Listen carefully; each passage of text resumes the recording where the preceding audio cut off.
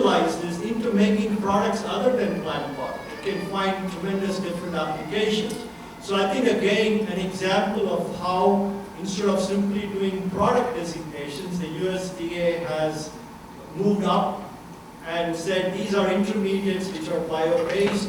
Here is our validation saying that the percent bio-based content is whatever the value is. You are free to use it in formulating or in converting to products which would be of value to the end user. A third example, you're familiar, I bring this up because in the last session somebody talked about carpets. There is a bio-based carpet which comes from DuPont, which is Sorona. But rather than designating that product, you designate 1,3-propane-diol, which is a bio-based chemical intermediate. And I don't think many realize that, but it is available. And so what can you do with that? So again, these are, as Justin pointed out, drop-in chemical replacements or totally new polymers like PLA, which can be used, right?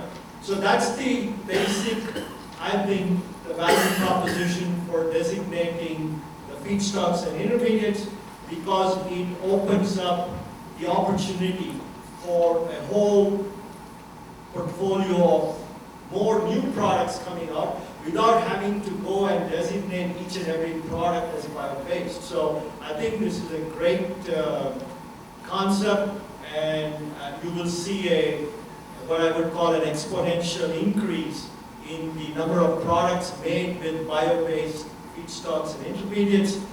But I have to say, that doesn't guarantee that the federal government is going to buy it, although they should, but that's something we leave it on for another discussion. Thanks, Professor Ryan. So, being sort of last here, I think I've said everything I wanted to say, and I'm kind of hoping you all agree with it. But let me step back a little here and basically talk about what's the spirit of it, of the Applied Preferred program. Why was it created? It was created for consumer focus and consumers out there, and thus finished products that we can use, and thus designation and also the certification that came out.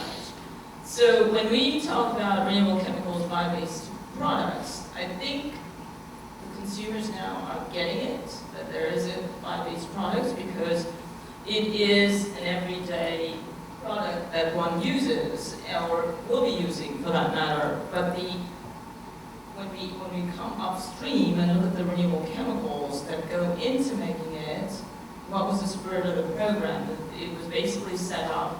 It's mandatory for the federal